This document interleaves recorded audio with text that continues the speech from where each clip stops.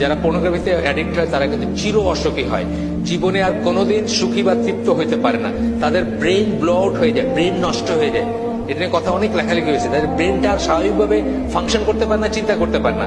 2 নম্বর হচ্ছে তারা ভায়োলেন্ট হয়ে যায়, তাদের ওই উত্তেজনাটা প্রশমিত করার জন্য তারা যে কোনো কিছু করতে পারে। এই যে বললাম, রেপ, খুনাখুনি, মারামারি সবকিছু করতে পারে তারা।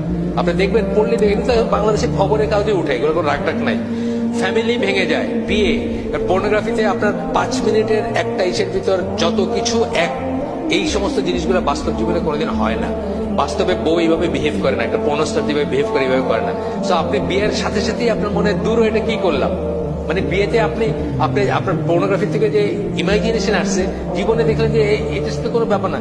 বাস্তবে একটা যদি আমাদের স্বাভাবিক মুসলিম বিয়ে হয়, যারা একে অপরের সাথে মেলামেশা করে নাই আগে, কেউ কাউকে চিনে না, অ্যারেঞ্জ ম্যারেজ ফ্যামিলির থ্রুতে বিয়ে হয়েছে, তাদের 1 মাস 2 মাস 6 মাস লাগতে পারে অ্যাডজাস্ট করতে। অথচ আপনি পর্নোগ্রাফিতে কি দেখতেছেন, 6 মিনিটের ভিতরে জীবনের সব স্বাদ নেওয়া শেষ, তাই না? তা আপনার কাছে তখন হাইসেন না, কথা সত্যি না?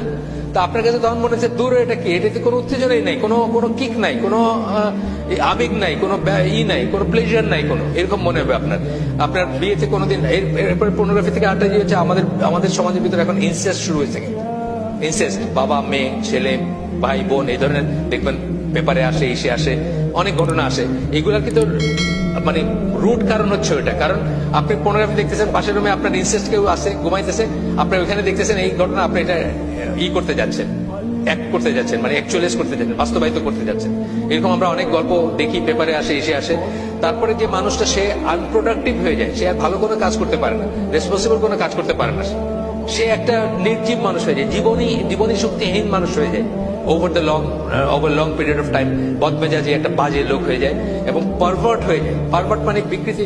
এই পর্নোগ্রাফির ব্যাপারটাই এমন যে আপনার কালকে যেটা দেখছেন আজকে সেটাতে ধরবে না। এটা একটা নেশার মতো ব্যাপার, মানে কালকে আপনি একটা সিগারেট খেয়ে হয়তো আজকে 2টা, তারপর 3টা, তারপর 10টা, তারপর 2 প্যাকেট, বুঝছেন না? মানে এটা বাড়তেই থাকবে উত্তর, এবং একসময় দেখবেন যে আপনার কিছুতেই কিছু হচ্ছে না।